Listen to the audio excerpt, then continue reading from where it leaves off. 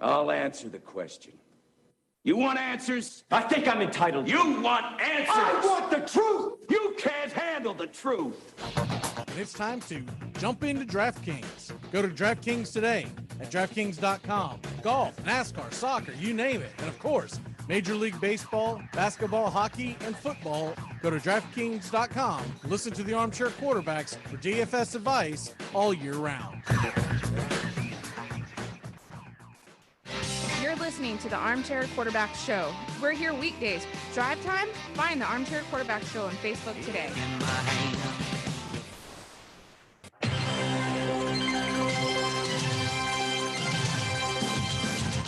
Armchair Quarterback Radio Show. We cover the whole SEC all season long. First and goal. Franks. Jump pass. Hello, Tebow. From going deep. High arcing shot. It is hauled in. Terry Godwin. And he stays up. Godwin dances into the end zone. 75 yards. Tagovailoa flushed out of the pocket. He'll run with it. He's got the first down and more. Still on the run. He is gone. Touchdown, Alabama. Second down and 10. Garantano over the middle. Ty Chandler. It's a race to the end zone, and he wins it. 42 yards. Touchdown, Tennessee. What a great. Armchair.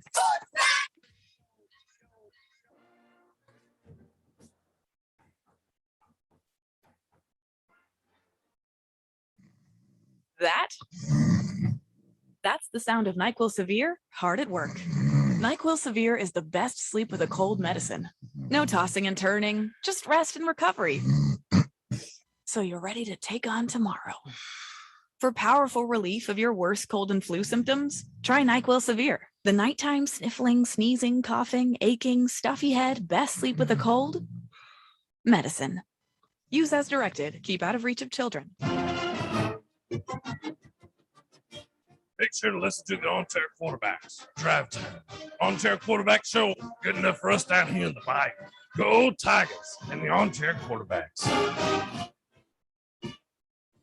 Kick off fall and kick off happiness with Schaffer Hopper Grapefruit and Pomegranate Beer. Log on to kickoffhappiness.com for your chance to win a cool custom cooler with Schaffer Hopper swag, including your favorite team's jersey. Look for the Schaffer Hopper displays at your local retailers for great savings on Schaffer Hopper Grapefruit and Pomegranate.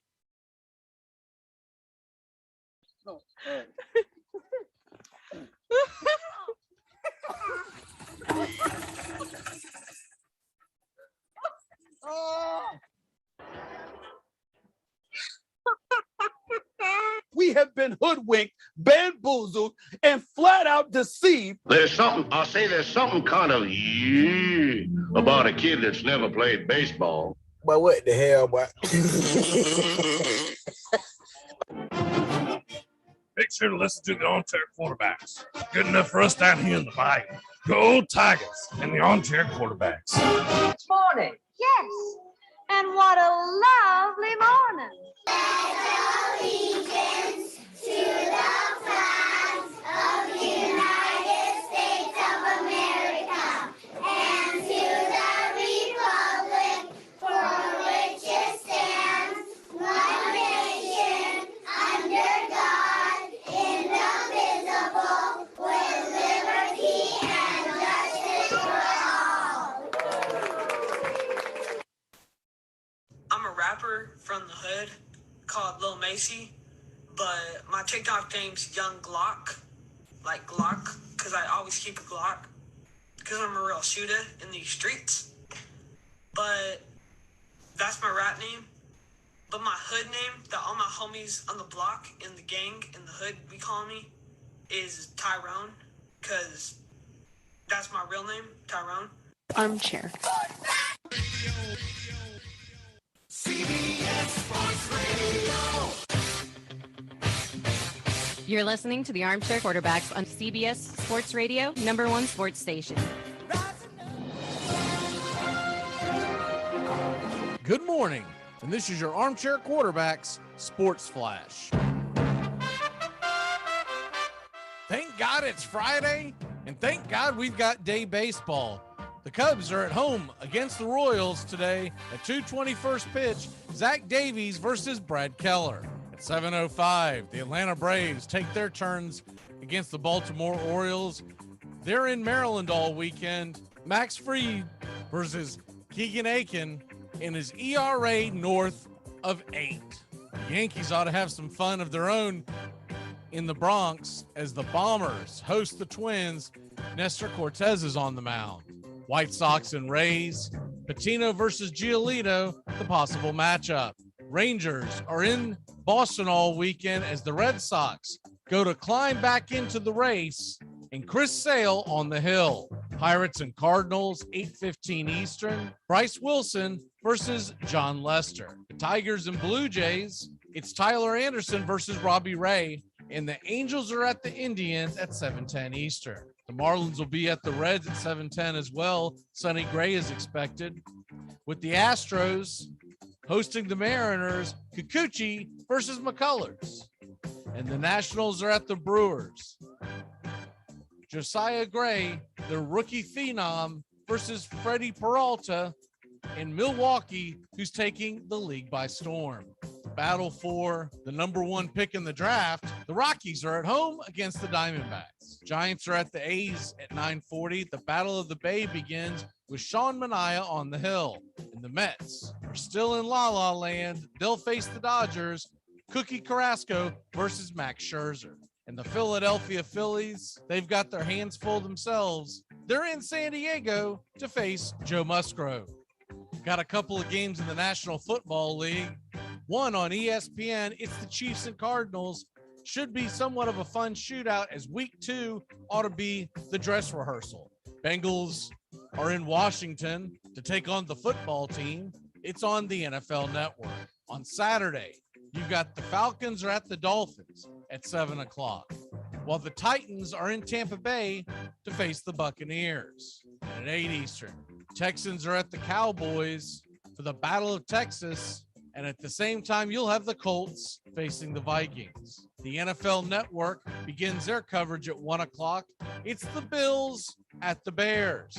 Rolling off that game at 4:25, you'll have the Jets at the Packers. And continuing their quadruple header, the Lions are at the Steelers at 7:30, and the Raiders will be at the Rams to finish it up at 10 Eastern. If you're in these markets, you can also see Ravens at Panthers at 7 o'clock, Broncos at Seahawks at 10 o'clock Eastern. And on Sunday, it's Giants, Browns, 1 Eastern on the NFL Network. And the 49ers are at the Chargers. That will also be on the NFL Network at 7:30 Eastern. You can look ahead to Monday Night Football, Jags fans. Jacksonville is in New Orleans to take on the Saints and Jameis Winston. And that's your Armchair Quarterbacks Sports Flash. Stay tuned for the Armchair Quarterbacks radio show and YouTube Live. Please like, subscribe, and share our show today. The Armchair Quarterbacks, your first choice for sports talk, live from the First Coast.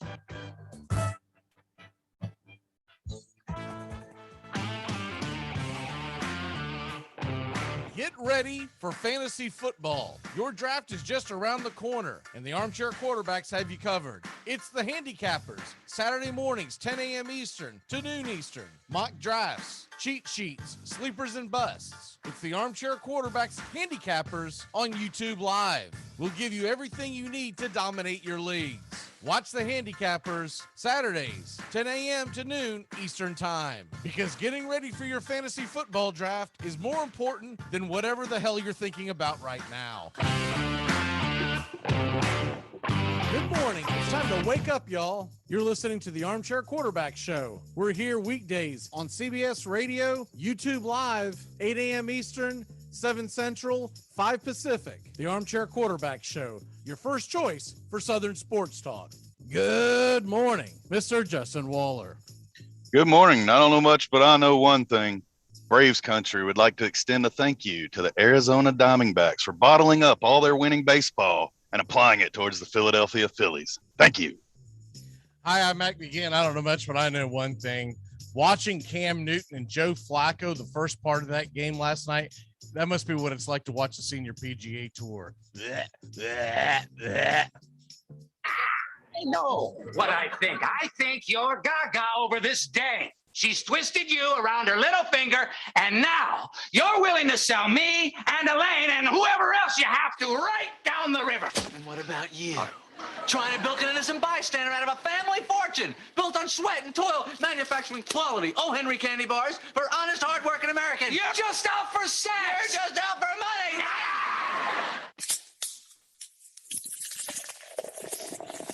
Armchair. Community Access Channel. He's the armchair quarterback. He's full of beer and he's full of snacks. The all-American man with a cool in his teeth. Yeah, howdy, hi. Top of the morning to you. Welcome to the Armchair Quarterback Radio Show. Mac McGee sitting alongside Justin Waller. Justin, how are you this morning, my friend? I'm doing great, Mac. Running a little late. Had to tweak my algorithm on my rotisserie team. So, I want to keep up my winning ways there. I'm pulling for you, man. I told you why. I won't say it on there, but I told you why. There's nothing I hate more than smugness. I'm like, really? It's really? So, Well, you know me and my algorithms, buddy. We're going to dominate. You know what? What I'm surprised is that my team's actually moved up to the not only to number 3, but I've actually gained points recently. And I don't even want to look at it and want to know why. I'm just going to let it roll and see what happens. I do know one of the reasons why. It's because of Joey Votto. I picked him up like a month ago. I've seen my team steadily, like he's literally like carried me on his back. And but yeah, the NFL preseason last night. Did you watch any of it? I did not, sir. I'll tell you what, dude, that's brutal. And look, they're going to ESPN, I guarantee you all day long is going to tell you how great Cam Newton was because his numbers are going to look okay. He still looked like the same Cam Newton to me. And I still think Mac Jones is the better quarterback. At least there's a higher upside. I'm impressed with what Mac Jones does. He looks Tom Brady-ish. I'm not going to say he's Tom Brady, but he looks Tom Brady-ish in that pocket. He can make all the right throws. And what I'm more impressed by him than any other rookie that I've seen in a long time, and I don't know if this is him coming from Alabama or if this is just something he's done on his own. The next time you watch him play a game, whether it's in a preseason or whatever, notice what he does after he hands off the ball. He still continues the play, what he's supposed to be doing. In other words, he will stand there. There was one play where he handed the ball off, but he immediately mimicked like he was going to throw a bubble screen. And what that did was that opened up the running lane for his running back because the linebacker, you could watch him flinch. He was looking at a rookie quarterback, figuring whatever he does, I'll be able to, dial in on, and it opened up the lane for about a 15-yard run. Later on, he threw a pass and then acted like he was faking under to hand off. You don't see that anymore. Normally these kids, man, I guess it's just the fundamentals or whatever, but I'm very impressed by Mac Jones. And that kind of leads us into what we will be talking about today. It is Alabama football day, as we will do their prognostications. And look, I'm not going to make any bones about it. I'm pulling for Mac Jones because he's from Mandarin. He's from Jacksonville, Florida. He's not just from Jacksonville. He's from our neighborhood.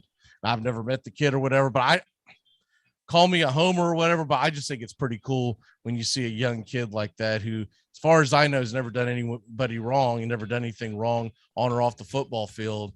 I'm pulling for him. I wish he wasn't a Patriot. I do wish that he was pulling for playing for another franchise, but at the same token, he's probably got a better chance of succeeding because he's going to be with Bill Belichick. What say you? Yeah, well, I'm glad you got the local tie. I mean, you compounded an Alabama player going to the Patriots, made it a little bit harder for me to pull for, but I get the local tie for you. A lot of cool stories like that. Look, I get that coming from a Tennessee fan who doesn't live in my neighborhood. Who's like, I don't give a crap. That would literally be like you saying, McGee, you got to pull for this guy. He's from Murfreesboro. He won the Heisman Trophy in the national championship for the Florida Gators, and he has gone on to play for the New York Mets. And I say, no, thank you. I don't know if I have a most hated team in the National Football League. I hate the team that the Titans are playing that weekend. That's pretty much how I've been with when I was a kid, I really hated the Jets, but I'm not really like that anymore. I mean, your days in the Murfreesboro area when the high schools were two in this city, you know, the affiliation with the Warriors and the Patriots. So that Patriots tie to me has always been there. And that's the only reason that I think that is even there. Just it goes silly back to just childhood neighborhood. Yeah, you know, I people bring that up to me all the time from that area, and I always forget about that because their colors are different, so I don't think about it being in the same way. But it was why when I moved to the borough, I did pull for Riverdale because I instantly recognized what they were doing with not only their colors, but they were doing the chop in the stands. I was like, well, I can't pull against this team. That's just not going to happen. That's not in my blood, man. So, you know, I would run into these people who went to Oakland, and I forget the other. There's the third one now that has gotten pretty big. Because I know there's 5 now. It's completely grown up. Blackman's not the one I'm thinking of. There's another one. Siegel, and now you have Rockville. Yeah, the rich kid area, Siegel. And they would try to talk me, pull for them. Like, dude, I'm not pulling against the chop, baby. It's just not going to happen. In any walk of life. If a hockey team starts doing the chop, I'm going to be on that bandwagon. So, that's pretty much it for me. But I get that whole thing. I just think it's cool the kid's from here. And it seems like a good kid. Now, I might run into him in Publix and throat punch him because he says something crazy to me. And then we'll have to, revisit this. But until then, yeah, it's all good. I'm a Mac Jones guy. I don't know if I could buy his jersey because if I ever got a Mac Jones jersey, it would have to be like an old school Patriots, red jersey with the old I don't even know what they call them, but the old moniker. I've never liked the new Patriots jerseys. I just can't stand them. Okay, well, let's go ahead and dive into Alabama football as that kind of leads us into the first quarter here on the Armchair Quarterbacks. Alabama football look, this isn't going to be a real difficult one to do. Well, what I am going to put at you is this. First of all, they do have some unknown variables. We don't know what Bryce Young is going to do on the field. Now, there evidently people believe in him quite a bit because they're going to give him $1 million in endorsements before he's ever took a snap on the field. But we don't know what he's going to be like. But you still have to figure all that 5-star, 4-star talent that they recruit every year on the offensive and defensive line. No matter how many guys they lose in the draft, they just reload. It really does remind me of the early 90s of Florida State to the mid 90s, but it's almost like it's lasted a little longer, right? FSU never had that down year or two that Alabama has every great once in a while, but this has gone on for like 15 years now. So, and maybe it feels longer because I'm pulling against them, but I just don't think Alabama has anything to fret about as long as Bryce Young's not terrible. What say you? Yeah, I mean, as long as he comes in, follows the system, I think it's just reload next guy up. We've seen it year after year after year. And, I mean, even when you do see a quarterback failure, they put a freshman that just steps up that's little known about. And, oh, by the way, he comes back and wins you a natty. So, I mean, we've seen this storyline every time out of the program. They just reload. You hope you can pull it off. And, I mean, there's no sense in going through the schedule. There's not a lot of blemishes to be had here, but there's 2 big road games that I circle of the Florida game and the A&M. And I hope our fellow Tony Aguilini is wearing his GoPro and is dancing from the goalpost after that game. But let's get realistic. That's where we differ, my friend. I don't think that happens. Roll Tide. I'm not going to be on this side of that. I'm pulling for Roll Tide. So that's where the line divides us. We have Tennessee plays Florida the next week, so I need Alabama, Florida to have just a barn burner. I can't put my eggs in that basket, sir. I just can't. Because okay, fair enough. If Tennessee doesn't beat Florida, which is a pretty good chance that they won't, it probably won't happen. Then Florida's undefeated. You're rolling down, only Georgia can get in their way. The one thing that I will say, the very beginning of the season, the kickoff game. And I know Miami's like an 18-point underdog, but it does make me wonder a brand new quarterback, and we know there's talent there. We're not worried about can the lines hold each other, but a brand new quarterback going up against an experienced quarterback who's played pretty well in his college career when it's all said and done, in Derek King. Could he possibly get into a shootout that he can't win and they drop the opener? That to me is more realistic than anything on their schedule. Because I think by the time they get to Florida, if they lost that Miami game, they're going to have it corralled. At A&M could be tricky, but once again, they don't have a quarterback that anyone's fearing. Because if whoever it was, whoever they've got on the roster didn't unseat Kellen Mond last year, right? Not that Kellen Mond was terrible, but it took him like 6 years to be good. Not great. He was a good college quarterback. Ole Miss is always going to be a question mark because they seem to have Alabama's number. They at least seem to be able to score points in bunches against Alabama that no other team can do. And LSU, you just ask me November 6th, because I've got to see what LSU's got, to be honest with you. I'm the biggest skeptic on LSU only because there was such a drop-off last year, Justin, between what we saw in the national title game and the following season when they couldn't beat Mississippi State, which at the time we're like, oh, Mississippi State's got this figured out. Look out, Leach ball, it's going to get you. And like, no, LSU just wasn't any good. That's what the problem was. At Auburn is never a give me. You know, when you're on the plains and you're in the Iron Bowl, we don't know what Auburn's going to have, but I think they might be a little better than what a lot of the experts are prognosticating. I don't think they're like national champion contenders, but I do think Auburn could put a scare into the West. But yeah, I mean, as of right now, you got to make them predominant favorite. Here's my over under for you for regular season.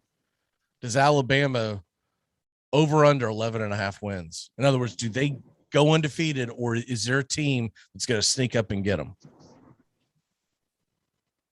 I'll take the under. Really? I mean, I'm sure that's a horrible bet. I'm not known to make good ones all the time. So, but I just can't sit here and with a straight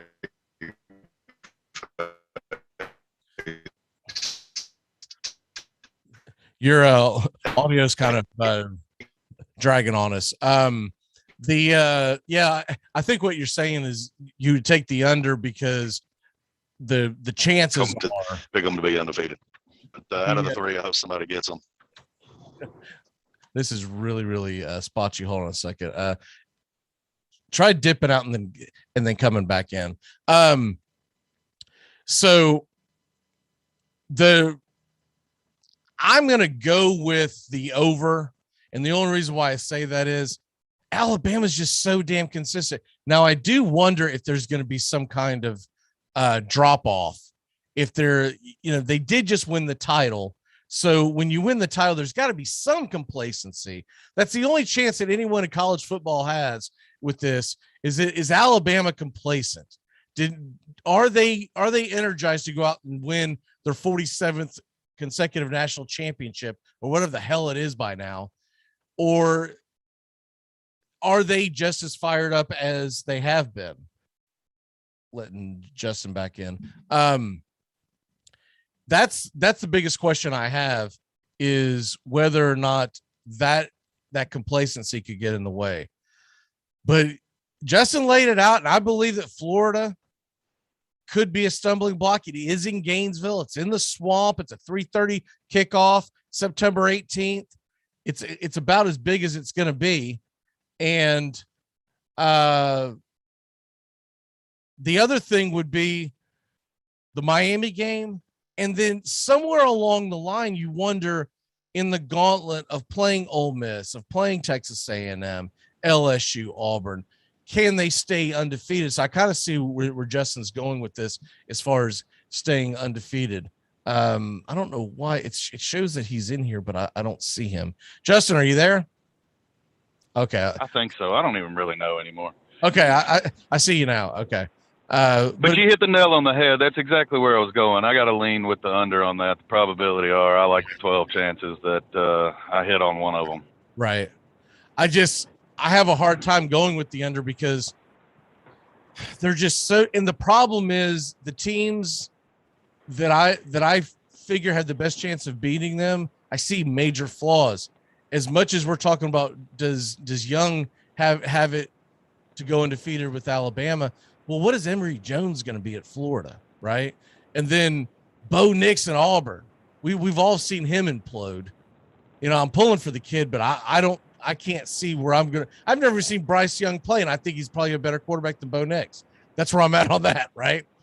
And LSU, the Johnson kid, he looked good in spots last year for LSU, but all across the board, LSU is going to have one hell of a major turnaround to be Alabama worthy, especially because that game's in Baton Rouge. If it was in the Lions' Den, I would say that there is a much better chance of the Tigers pulling off the upset. But it's going to be in Tuscaloosa. It's probably going to be a night game. It's probably going to be the night game, the CBS night game that they do every year. I don't know. That's just it's going to be an absolute mess.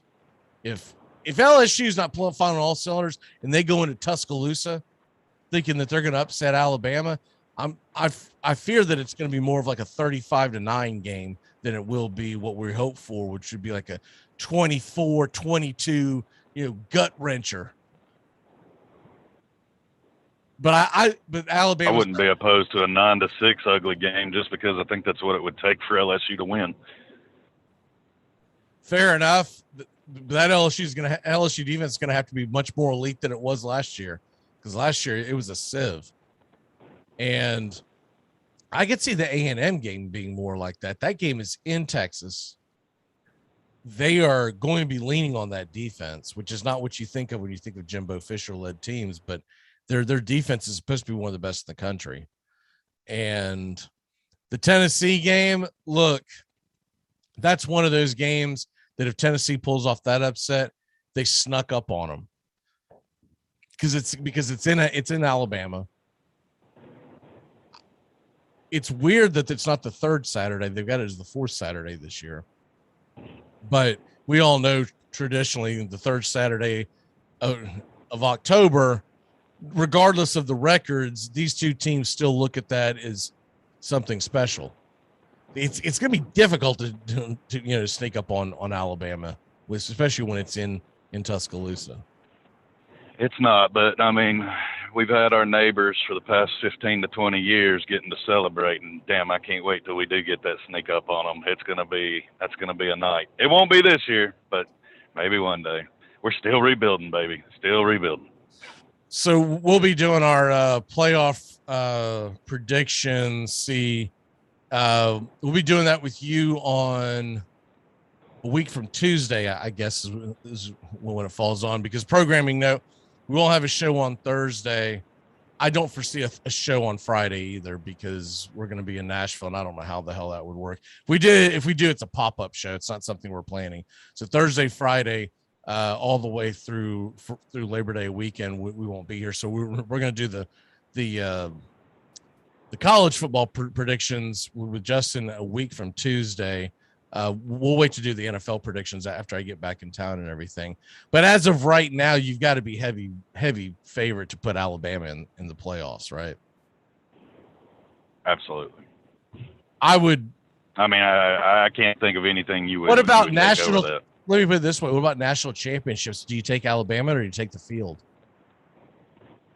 Because your proverbial Clemson that could get in their way, they've got a lot of question marks too. I almost have to go with Alabama. I would take the field because I don't know, man. My question is, if not them, who? That's the question. Is if not them, then who? Because someone's got to beat them toe to toe. Ohio State, possibly. But they lost. I mean, all your brands, all your major. Everybody's replacing quarterbacks. Yeah, every single one of them.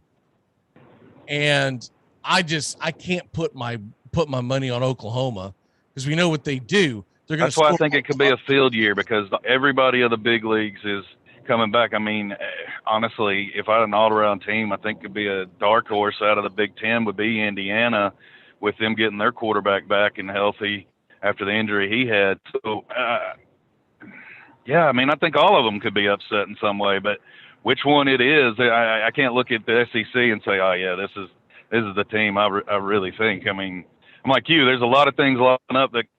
But LSU might have a chance. In theory, outside of that, I don't see it.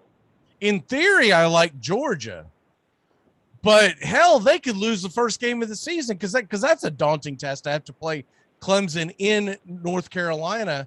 That's going to be a hell. And so then at that point, you pretty much have to run the table, because if you lose 2 games, it's really difficult to get into the playoffs, especially if a team like Indiana goes undefeated, if a team like Oklahoma goes undefeated. And we'll just say that because they lost, Clemson goes undefeated, right? You can't lose 2 games possibly to get into this little field of 4, which we desperately need to get the hell out of, because there could be very, very low room for error. Because in a lot of years, I could see a 2-loss team from the SEC making it in, along with like an Alabama, right? But Georgia might face Alabama for the SEC crown, and it might be to get in. Because if you got a bunch of other teams that are undefeated, you know what they're going to say. They're going to say, "Well, yeah, they did well, but we got to put the undefeated team in." Now I know that's a lot of undefeateds, but what is your walk-off for the day, sir? We're both 40+ years old. We're just going Georgia. What's that again? They will get there and drop it. I still don't think they win that game and get them into it. I couldn't be confident enough to pick them to win the 8. Yeah, Georgia does know how to suck it away, don't they? As long as I hated dog fans, but it's truth. It is. But JT Daniels might be the difference maker. We'll see you Monday, sir. See you, sir. Have a great weekend. We'll be back in a flash on the Armchair Quarterbacks. Matt Carr is on the way. We're going to get into some NFL talk about them Dallas Cowboys. We'll be back in a flash. Triple decker burn!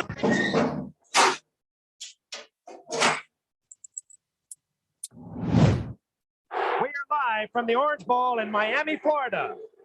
There's a sellout crowd, of course, a wild air of anticipation. The undefeated Chicago Bears are in town to meet the Miami Dolphins.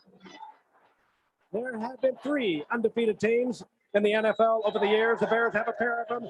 The last to be undefeated were the 72 Dolphins. 14-0 regular season. They went to 17-0 with a victory over Washington in Super Bowl 7. The offensive set with Nat Moore in it, and is so successful in the first half, is on the field now for 3rd down and 6. Duper, Moore, and Clayton. By the way, into the arms of Clayton. Oh, and are things going right for the Dolphins tonight? 42-yard touchdown. Batted into the air at the line of scrimmage. This is vintage Monday Night Football.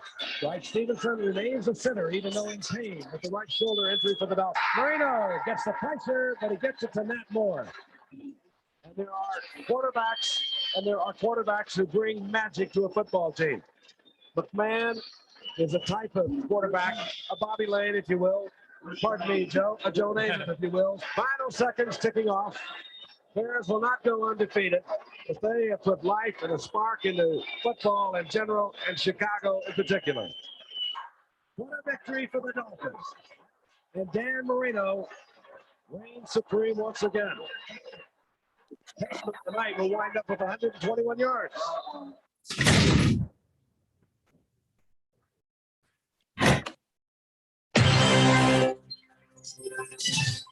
Armchair Quarterbacks Radio covers the whole SEC the whole season long. Down. Here's Tua stepping back, loads up, looks long, throws, end zone, touchdown!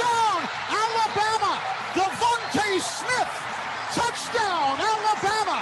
And the Crimson Tide has once again ascended to the top of the college football mountain. Again, it's going to be Propel, wing, and the kicker, Drew Alamo. LSU remains undefeated. Passes away, penalty flag down. Lamar Thomas has got it. Lamar Thomas is on his way down the sideline. George Teague is after him and runs him down. Takes the ball away from him. Teague's got the ball. Well, congratulations to the LSU Tigers, the 2008 BCS National Champion. Armchair.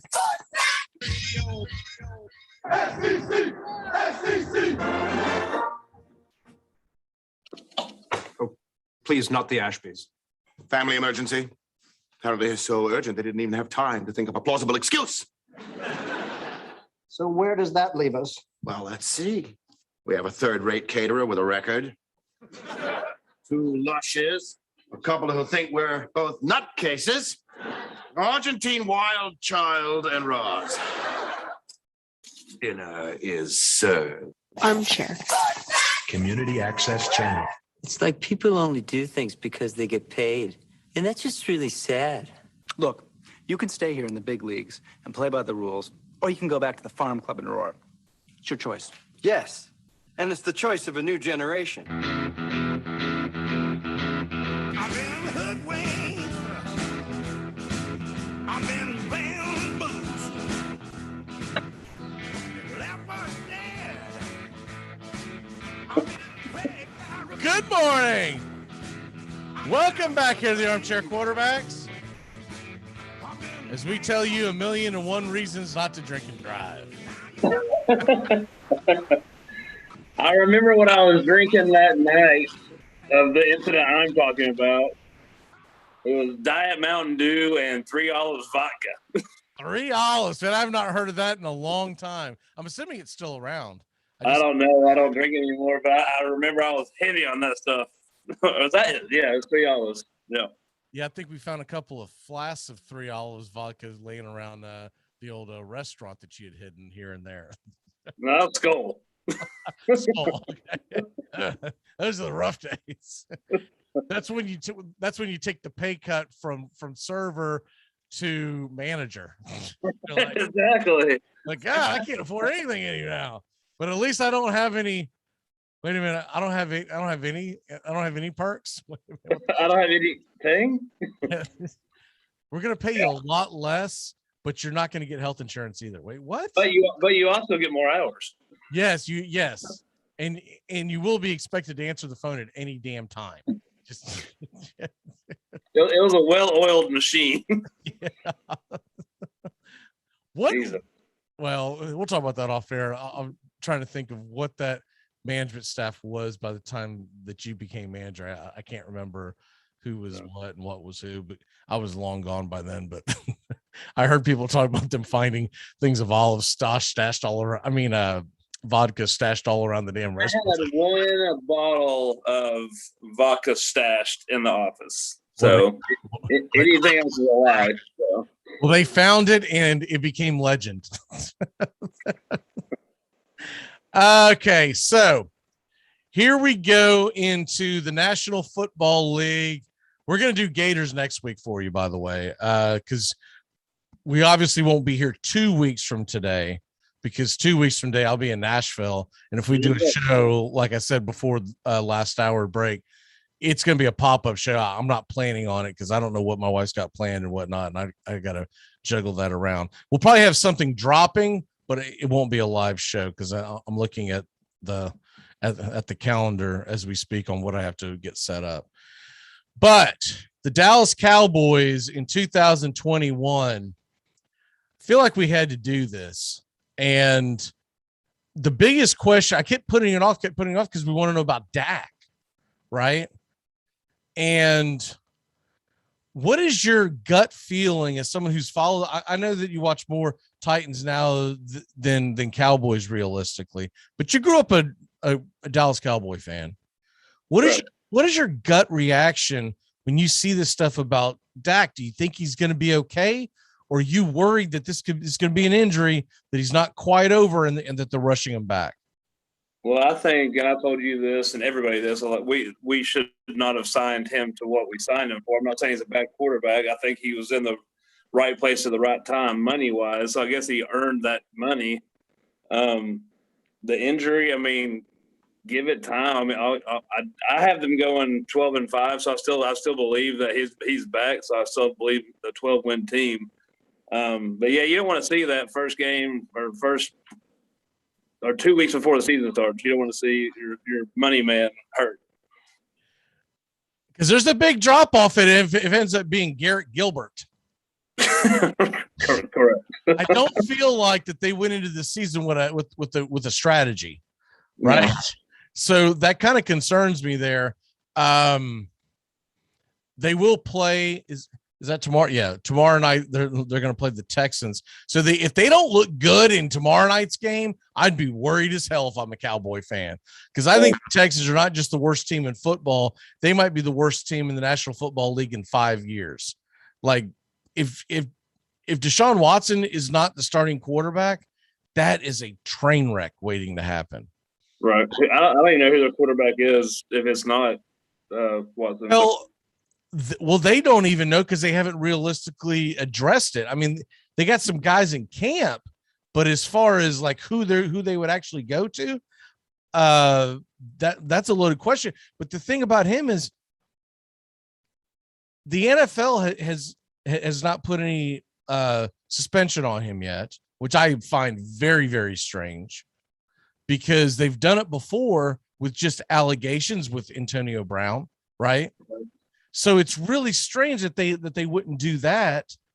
But you're going to go into this season. So what are you going to do? Are you going to put all the onus on the Texans and go, dude, it's your problem, man. You stress it out. Could this be a franchise killer, you think? Because all you've heard is bad press about the Texans. Could that be just the end of a franchise? Like move them out, go somewhere else? Well, I don't think so. You want a team in Houston because it's one of the top 5 television markets in the country. I think it's actually top 3.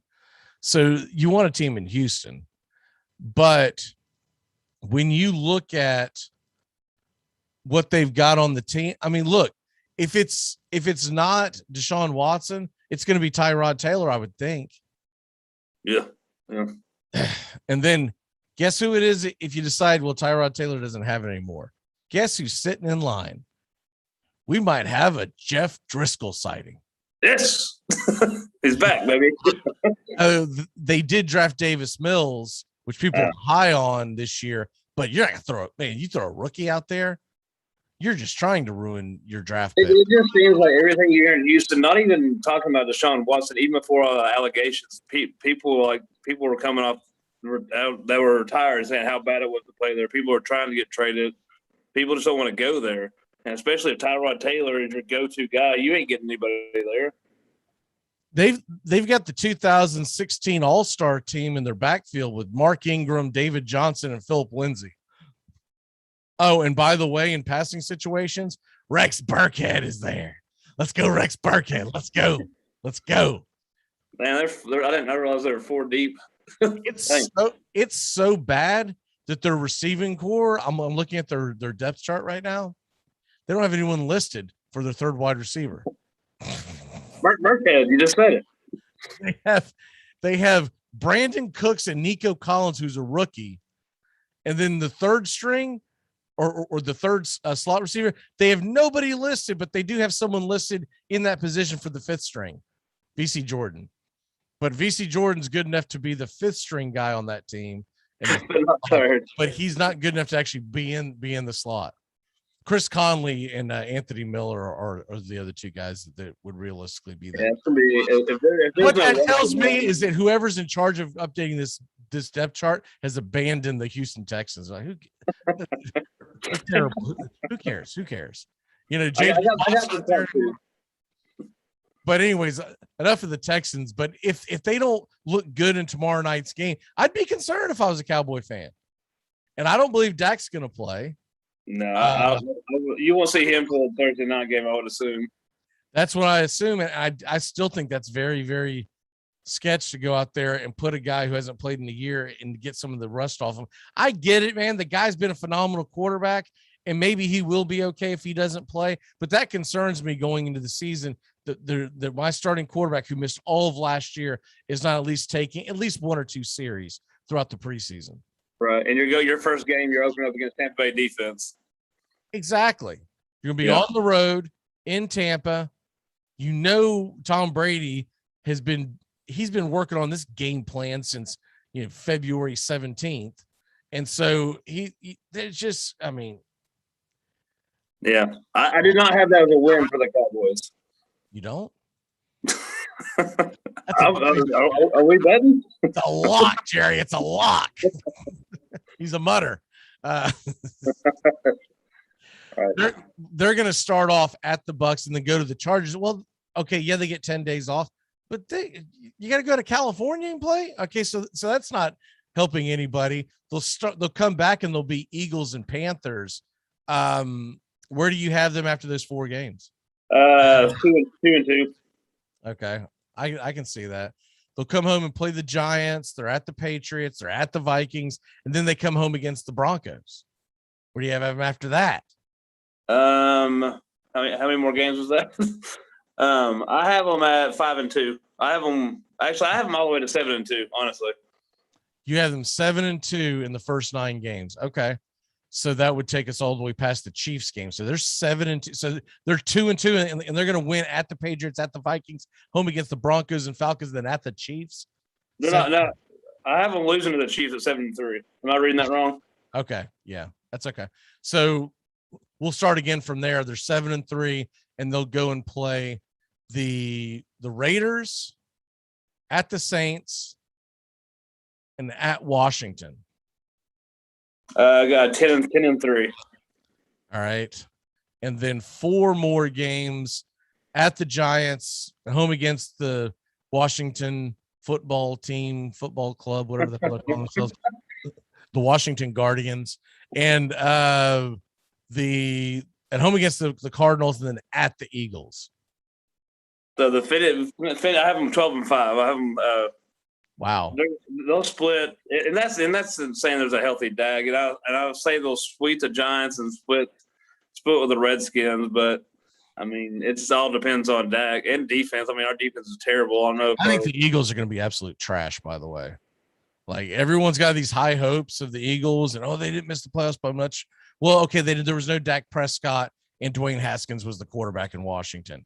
Now we've got Dwayne Haskins, and I don't care what you say, Fitz Magic is back, baby. And so to me, that's the only conversation for the NFC East. It's Washington versus Dallas. Right. Because the Giants are going to be, they're going to be there. I don't see there being some big transformation where, speaking of injuries, Saquon Barkley all of a sudden is going to come out the gate running. People are drafting. We'll talk about fantasy in a second. They're drafting him way too high. Right. So I just think the Eagles are going to struggle. They don't have a roster that scares me in Philly. I think Philly is wanting Hurts to bring back that. Remember that couple of years of Michael Vick was in Philly? I think they're thinking that's going to be that. Right. Which if it is, that sucks for the Cowboys. But if it's not, I think they're going to be trash. I look at it as he already had a small repertoire as it was, and now you've given the entire NFL an off season to look at what he doesn't do well and force him to do that. Right. So, and I'm not ready to give up on him, but your average Joe can't name a single wide receiver in Philadelphia past Devontae Smith. Right. I was saying I can name him. And so you've got Miles Sanders, and they're already talking about him splitting time with Boston Scott. That's not scaring anybody. So, I mean, let's go ahead and admit it. You made a mistake with Miles Sanders, because if you're splitting time with Boston Scott, that dude's like 5'6". I had me some Boston Scott play last year in DraftKings at the end of the year. He was cheap. I bet he was. I bet it'll be really cheap this year. But and nothing against Boston Scott per se. What I'm saying is Miles Sanders was drafted to be the bell cow. Right. And it hasn't happened. So, yeah, I've got – do you have the Cowboys winning this division? I mean, yeah. Yeah, I figure you have to 12-5. I haven't gone and done a definitive, but I'm still going with Washington this year. I think Washington. I mean, the Redskins, and I don't like the Redskins, but their defense is going to be fun to watch this year, man. If you're a defensive guy, that's going to be a fun team to watch. Defense is going to be good, and the offense is going to be much better, better. Right. And I think 12-5 would win the division, but I don't see Dallas being there. I think this is going to be a division once again, the NFC East. If your head's above water, you're going to win. So I see Dallas around 9-8, 10-7. If they go 10-7, they'll win the division. If they go 9-8, it'll be Washington, because I think 10-7 is going to win this division. Okay, I can see that too. I mean, that's how you've seen it the last couple of years. Well, let me put it this way: Buccaneers at the Patriots, at the Vikings, who I think will be a little better this year. I'm not worried about the Patriots this year.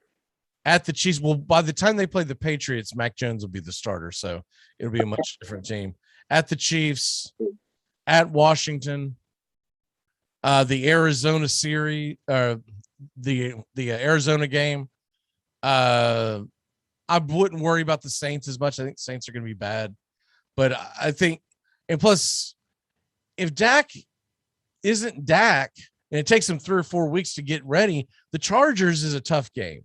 If Dak isn't Dak, that Monday night game against the Eagles is a do or die, because you're going to be 0-2. The Chargers are going to be a good team. That's just going to be a fun team to watch too. And the Panthers are going to be better than people think they are. I'm telling you, I think Matt Rule and Joe Brady can do something with Darnold. I'm saying he's going to be the MVP, but I don't think he's going to be in the trash bin either. He had a lot. That kid had to absorb a lot, having Adam Gase in his ear. I mean, that we just saw another casualty of Adam Gase. Josh Rosen was released by the 49ers 2 days ago.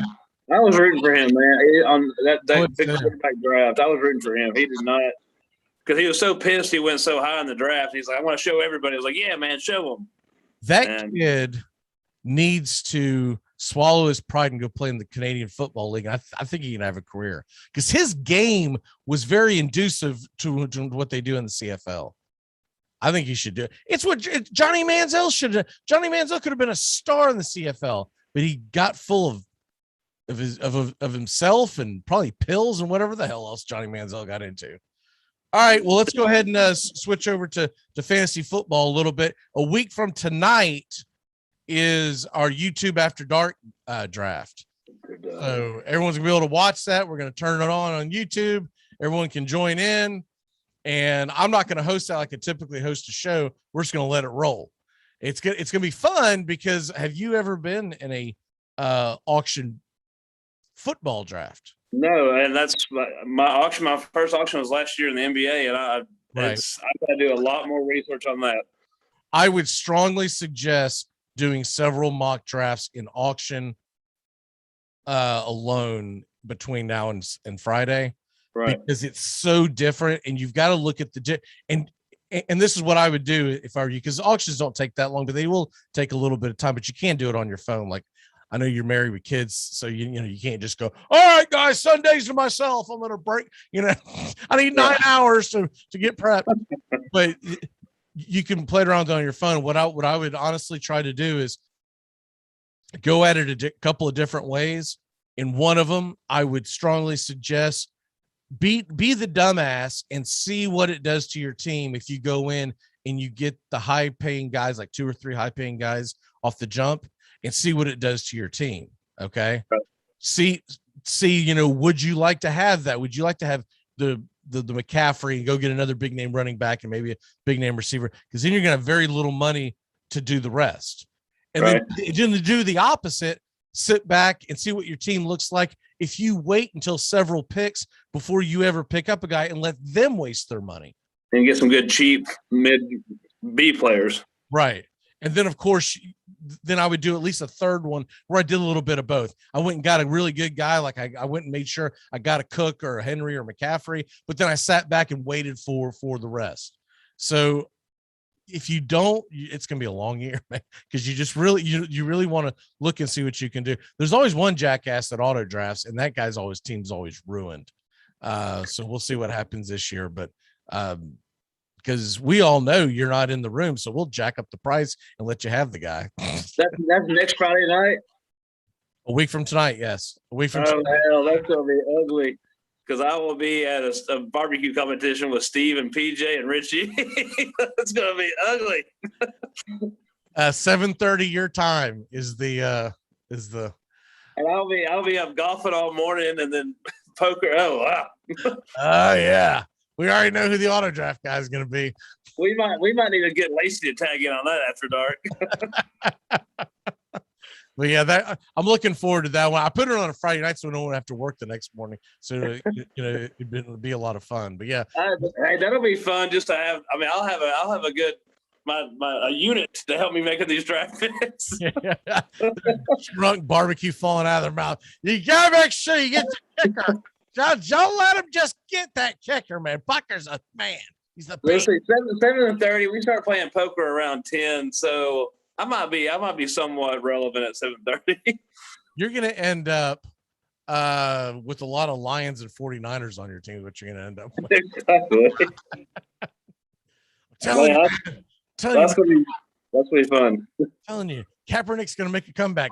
Grab him. I was already looking forward to the draft anyway, but then when you said the day, I was like, oh hell. Yeah, exactly. That'd be good. That'd be good, man. The other one will be live here on the morning show September 1st, Wednesday, September 1st. So a little less than 2 weeks away. That's a normal draft because I can't conduct a radio show and be in the middle of auction. Yeah, because too many people go quiet and I'm trying to keep the conversation going and looking up going, for Christ's sake, someone's got to talk because I don't have anybody and we're in the 20th round. You know, so that's going to be just a reggae draft, which that's the one that we're playing for the trophy on. Yeah, I want that trophy. The other one is it's just the $5 winner take all one. So next Friday we play for money. Next Wednesday or a week from Wednesday we play for blood. That's a cool trophy, man. I'm looking forward to that league. Yeah, we're trying to find the miniature version that will look the best. But I know I've seen one. I just got to find it. I'm going to get it secured away so that we can send that to the winner in February. Well, no, what were you? Who were you saying is getting taken too high every draft you've seen? Oh, who the hell were we talking about? Oh, Miles Sanders. No. Barkley. Miles Sanders getting taken in the 7th round, too high. No. Barkley. Hell, I did a whole thing on the ESPN draft that they did Wednesday night. I did that on yesterday's show. Dude, I say this every year. Like, can I play in this just one time? Because I would just like to know that because I would dominate every damn one of them. And Matthew Berry was in this draft. And he's okay, but he always does something really stupid that just wrecks his team. And I never hear him say he won any of these leagues they put him in. He's always like, oh, I'm in the playoffs, but I got this problem, that problem, that problem. Like, I never hear him say he actually wins. So, and I like Matthew Berry. I like watching his stuff, whatever. His fantasy show is unwatchable because they get like the French fry as a puppet and all that junk. And like, dude, I really just wish you would do just a normal fantasy show where you give us some good content. But watching that every year, this was the first year that he's been in the actual draft. And I got to see how his team went. Is that okay? But he didn't do the best. You wouldn't believe some of the, we don't have time to get into that, but you would not believe some of the people that fell and some of the ones they made, like Field Yates, his number 1 pick at the 6th pick overall was Travis Kelce, the tight end in a 10-man league. What the hell?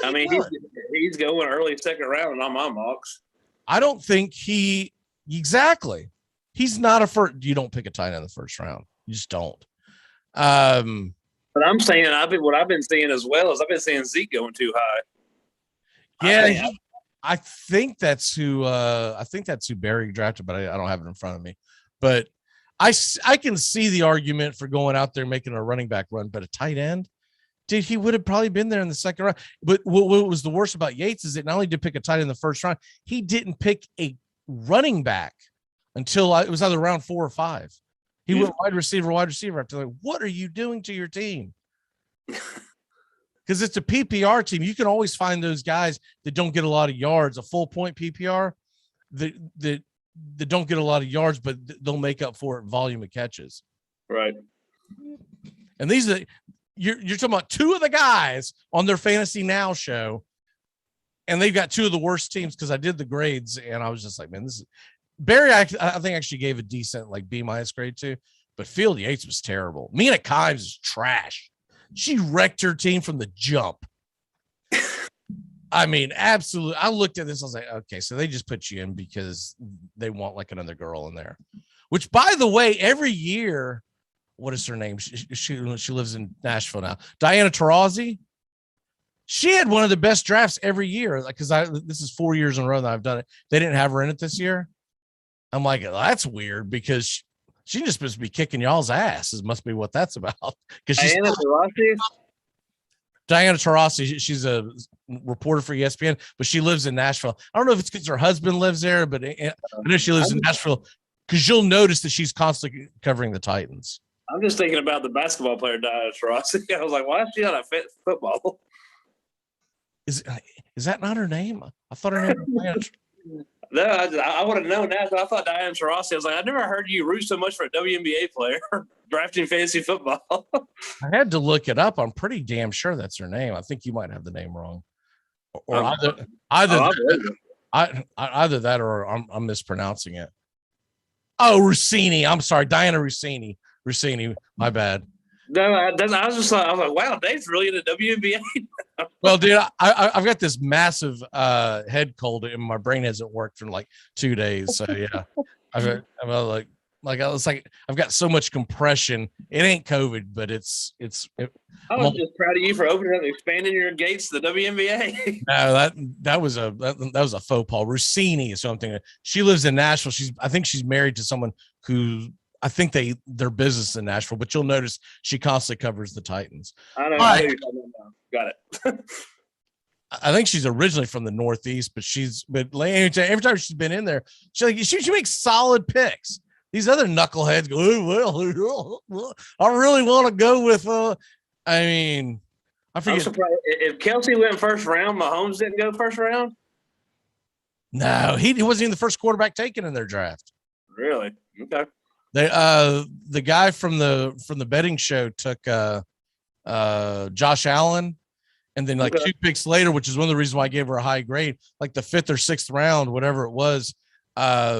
Stephania Bell took Pat Mahomes, and it was just absolutely. I'm telling you, Kimes panicked and did some stupid crap. Right before Mahomes is when she drafted the tight end from Baltimore. I'm messing up everyone's name up. Andrews, yeah. Yeah. What? And there were better players available. I'm like, what? At that point, I was like, she panicked, man. Bright lights got to her. I'd be sitting over there with a book and a ledger going, just nail my names out and go, I'm gonna kick every one of your asses this year. Dave really wants you to go ahead and talk a little bit. No, I'm here to kick your ass. I'm not doing anything else. The pick is in. Let's go. Move on. And with every pick, I'm making fun of y'all. Well, since this guy's still available, I guess y'all give me the first 10 picks of the draft. So it appears that I'm gonna go and grab him. All right, let's go ahead and turn back time. Get the hell on out of here. Programming note: I'm gonna do Braves Country right after this because I am not going to make it to 10. I'm telling you, I got a fever and everything. All right, here we go. More cowbell. More cowbell.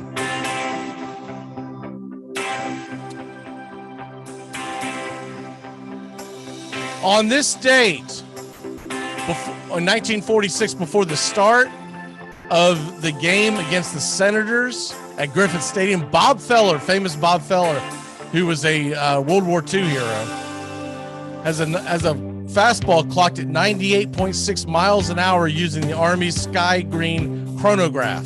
The speed of the Indians' right-hander ball breaks athlete Donald's record of 94.7 established in 1937. This is when they first really started getting accurate radar.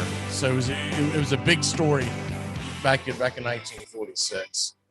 And also on this date, 1989, the Mets do a sell-off, and they get rid of Mookie Wilson, and also they also come back because they're building for the following year, but they got trashed. They got Frank Aguilera as they sold off Rick Aguilera. So it was a big sell-off, and the Mets fans were panicking in the streets. I remember that very well.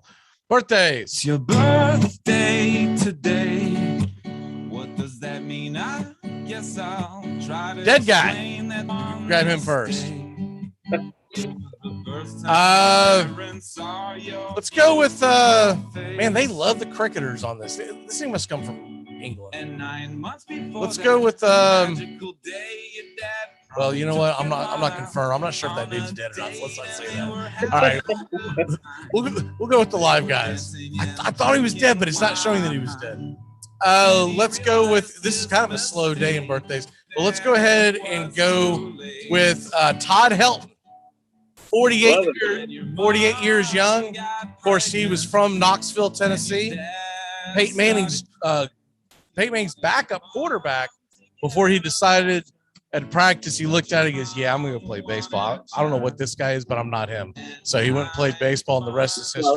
Favorite baseball players of all time, man. And he belongs in the Hall of Fame. I don't want to hear this crap about his splits and Colorado Rocky and blah, blah, blah. The guy had a long-ass career, a hell of a career. Todd Helton belongs in the Hall of Fame. What is your walk-off for the day, sir? I've got to do some mocks because it's going to be fun next Friday night. It's just I didn't do my day trip. That's going to be a fun little night for everybody. So I'm going to do some mock drafts, do a lot of auction drafts. That's my week. Obviously, my weakness is fantasy sports, but especially auction drafts. So I need to do some practice. By the way, the dead gal that I'll go ahead and do one right there. Ellen Roosevelt, yes, from that family. She's a famous tennis player that was won the U.S. national championship in 1890 from the famous Roosevelt family. She passed away in 1954. That one I can confirm. If you were born in 1868, if you're still alive, that's the story we should be doing today. None of this other junk. My walk-off for the day is we got a lot of fun preseason football. This should be the dress rehearsal for all your teams. So whoever your favorite team is, you should get to see most of your players play this weekend. And then the next weekend, it's going to be the, your typical who gives a crap game. So, and my walk-off for you, Matt Carr, however many mock drafts of the salary cap you plan on doing, double it, because it's not going to be enough, because you're going to be drunk and trying to do this. So you need to have this guy. No, shut up, guys. I can't pick that guy because this isn't happening. You just double it. I'm in at least one mock draft every day just so I stay relevant on the injuries and stuff. I don't know about today, because today I'm feeling it, but we will. Better, man. I'll talk to you soon. I should be okay by the end of the weekend. I get allergies, and the older I've gotten, the allergies, when they really hit me, it like gives me a fever and whatnot. But this time I haven't had a headache like this bad in I don't know when. I don't get headaches. I give them, I don't get them. And last 3 days, it's just been like crushing my skull. Wearing this has been just brutal. So that's why I'm going to do Braves country next, baby. Everyone jump on there. We got a lot of good things. The Atlanta Braves, in case you were asleep and didn't see it, they gained another half game on the freaking Phillies and the Mets last night. All right, brother, we will see you, sir. Bye. Bye. It's Friday, working stiffs. Everybody. 4, 3, 2, 1. Happy weekend!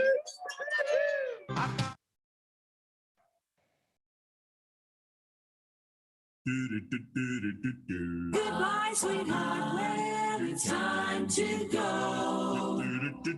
We're back tomorrow with another show. Well, unless we're fired, we'll talk to you then.